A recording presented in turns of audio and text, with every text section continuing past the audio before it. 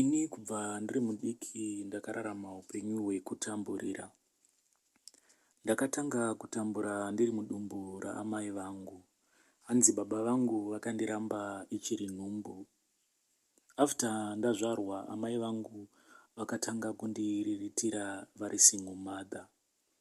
Amai vangu hanzi vakaita upenyu hwekupinda mumabhawa hwekuti ini ndikwanise kuenda kuchikoro. Later on, amai vangu vakazobatwa neHIV, vakarwara ndokubva vafa. Ndakazotanga kuchengetwa nagogo amai vaamai vangu. Gogo vangu pavakazofa, ndakashaya anondichengeta. Ndakazotorwa nevamwe headmaster pane chimwe chikoro chandainge ndakambodzidza kuprimary, vakati ndive mufudzi wemombe dzavo.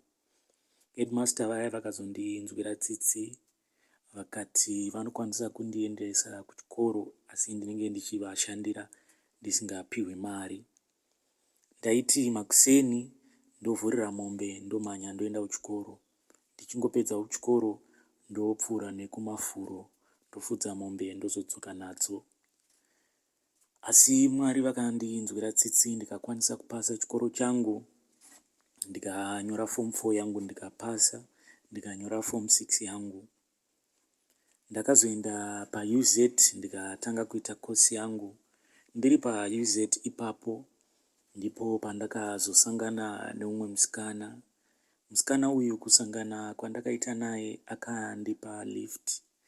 Andipa lift, musikana uyu akandibvunza kuti ndaigarepi, ndikamuudza.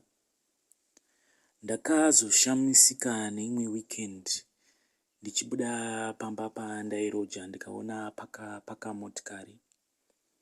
Munhu aiva mumota muya akadzikisa window, ndikashamisika ari musikana uya. Akabva anditi pinda mumotikari. Ndakamubvunza kuti ko muri kutsvakei kuno kunhai hanzvadzi? Akabva anditi usandiudza kuti ndiri hanzvadzi yako, handisi hanzvadzi yako. Kubva musi uya wandakasangana newe, I have been dreaming about you. Kana ndaikuona sehanzvadzi yangu, ndingakurota here every day. Musikana uya akabva andinyenga. Ndakatenda Mwari, ndikati Mwari makanaka zvenyu. Mandipawo mwana musikana uyu anoratidza kuti iye anobva kumhuri inowana. Zvimwe kuda musikana uyu achandibatsira kuti life yangu ienderere mberi. Ndakatenda amai vangu ndikati, amai vangu, even though muri kumakuva mandirangarira. Nekuti pamba pandaigara ndainge ndatova ne3 months ndisingakwanisi kubhadhara rent. Saka ndainge ndotozviudza kuti zvandichaita ndichati ndichienda kuchikoro ndodzoka hangu ndogara mustreet kusvika ndapedza kosi yangu yandaiita. Musikana uya akazonditora akaenda neni mutauni akandibvunza kuti ndinodei. Akanditengera kubva mupendi remukati kusvika kumasocks kusvika kumachira ekufuka. Akazodzoka neni ndikaenda naye kuna landlord akanobhadhara rent. Akabva andibhadharira rent yangu ye3 more months in advance.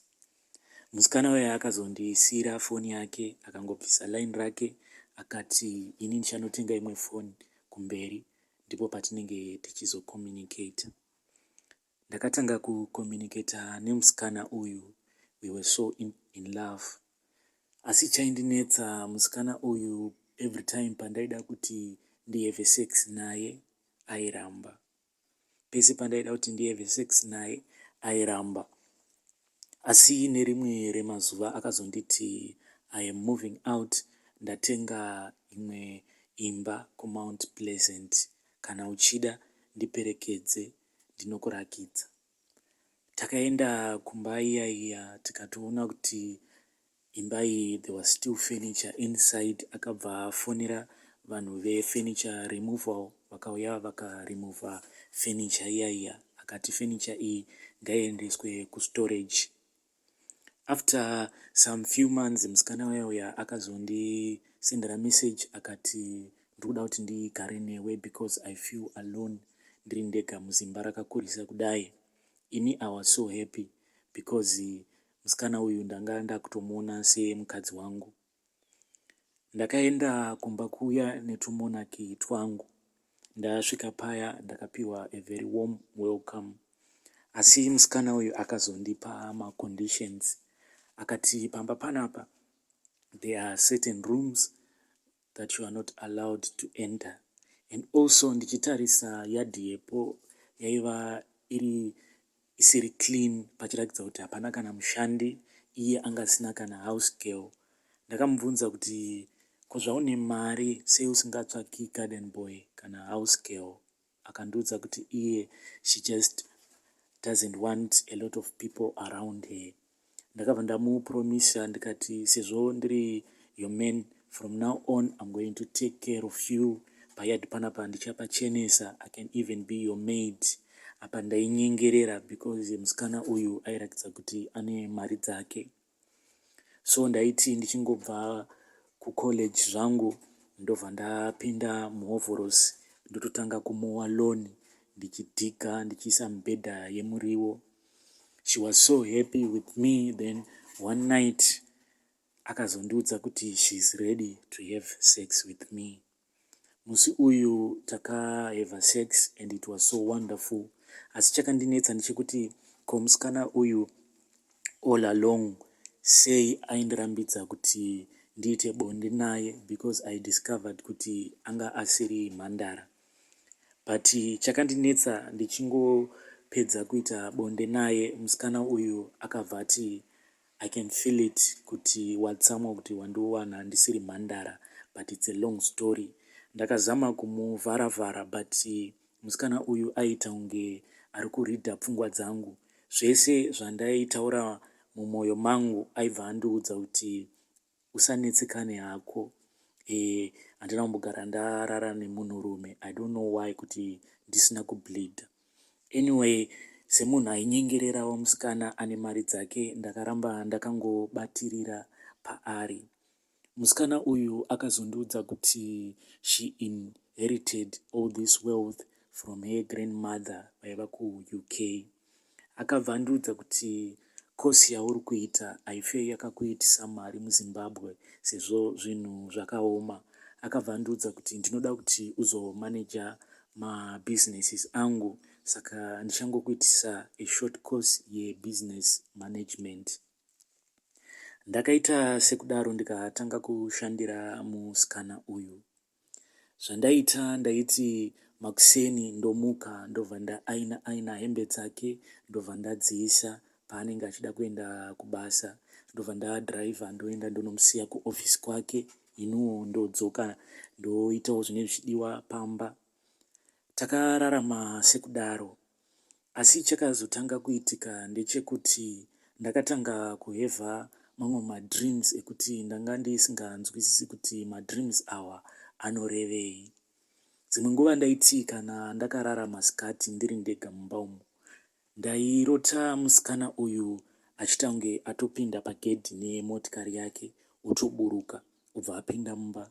Kana apinda mumba obva atobvisa hembe dzake otouya otanga kundiromenza. Dzimwe nguva ndinenge ndakarara pasofa ndavarairwa ndichiona TV. Ndaibva ndatoona achindibvisa hembe obva atoya pamusoro pangu obva atohevha sex neni kusvika ndaproducer. Asi ndaingoti pandinenge ndangopedza kuproducer ndobva ndatovhunduka ndomuka.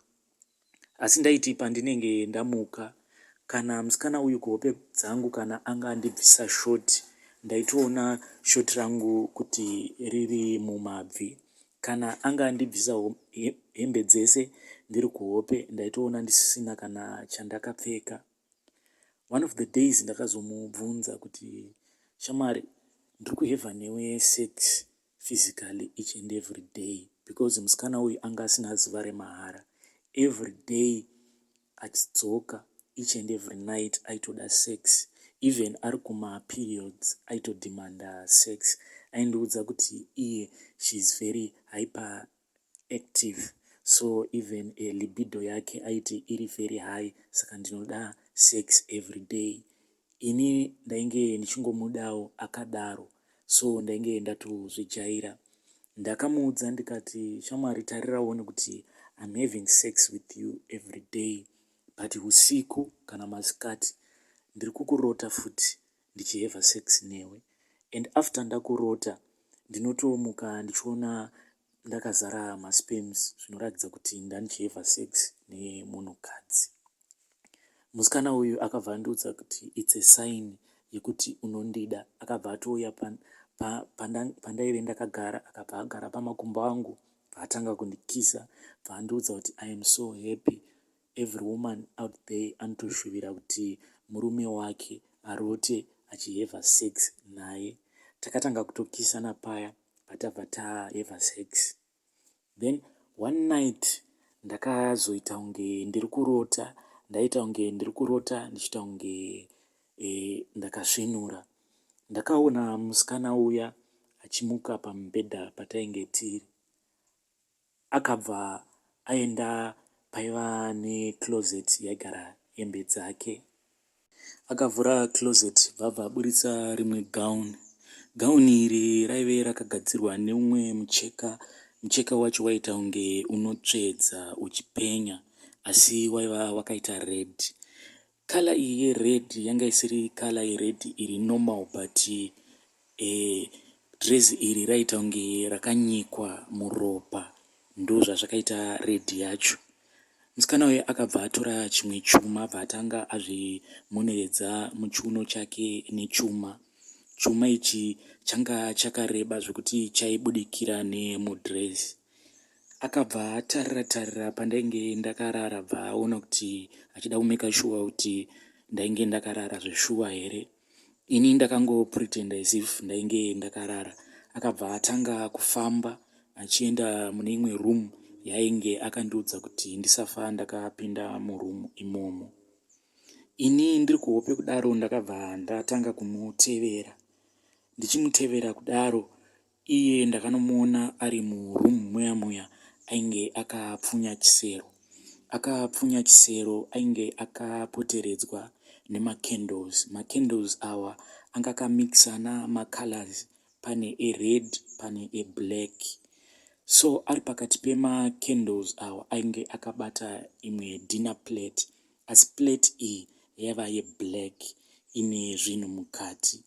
Ndakamuaprocha ndikadongorera muplate muya ndikaona mune zvinhu zvazvakaita unge zvimaliquids zvakaita unge zvewhitish. It's almost like zai rakapwanywa rikasabhitwa risina yoko, ndo zvazvakaita zvinhu izvi. Apa aita achinwa zvinhu zvaiva mundiro iyi yeblack.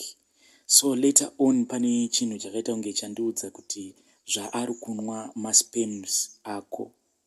So ndichiramba ndakadongorera muplate iyi, musikana uya akabva aita unge azviziva kuti pane munhu apinda muroom iyi. Asi chakandivhundutsa ndechekuti musikana uyu akabva atenderedza face yake.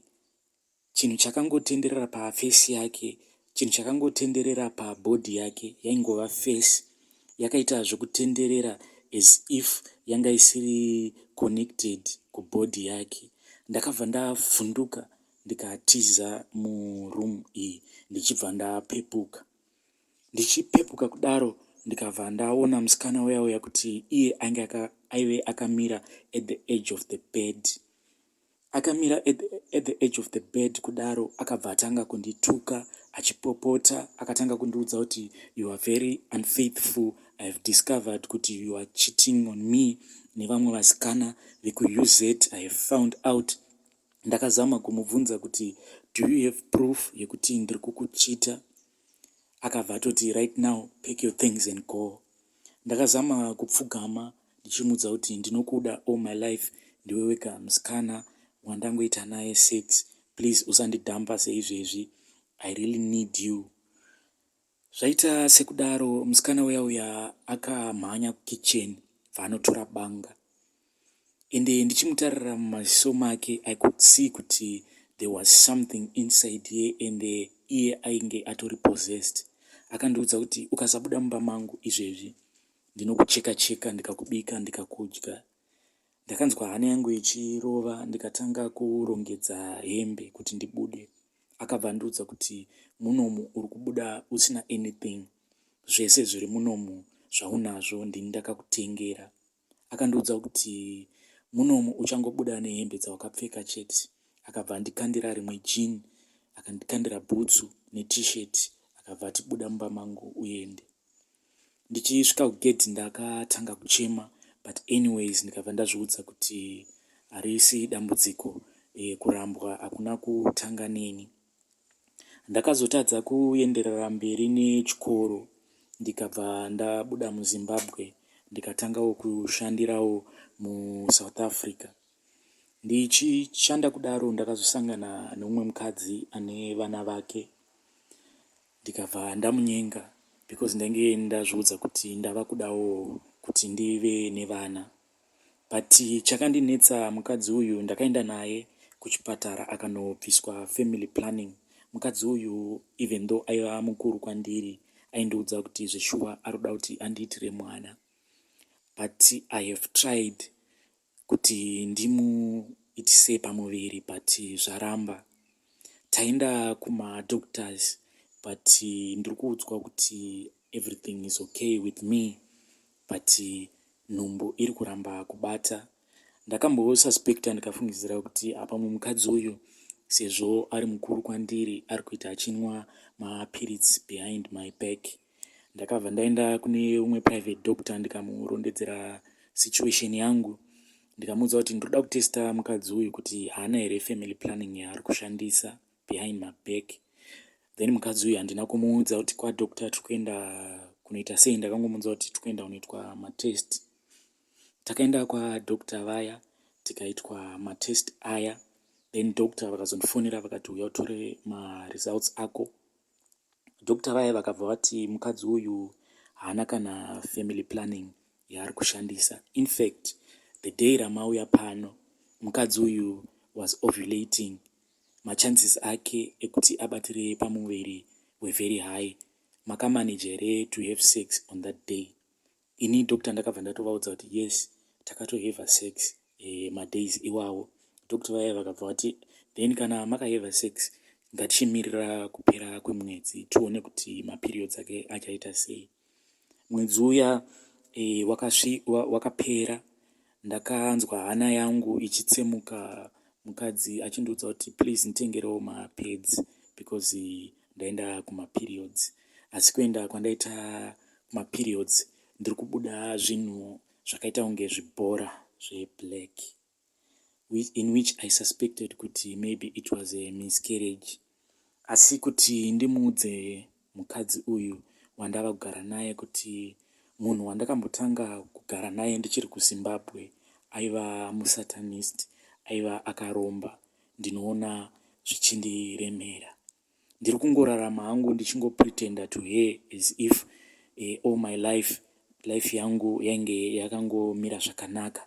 As deep down ndine suspect yekuti the moment yandakaona musikana waya wandaigara naye ane plate yeblack yakazara masperms, I suspect kuti musikana iyeye akatosacrifice chibereko changu semunhurume. I suspect kuti handife ndakaita mwana because I have tried everything kuti ndiite mwana, asi chinhu chinonzi mwana charamba kutamba kwandiri. Ndiyowo confession yangu.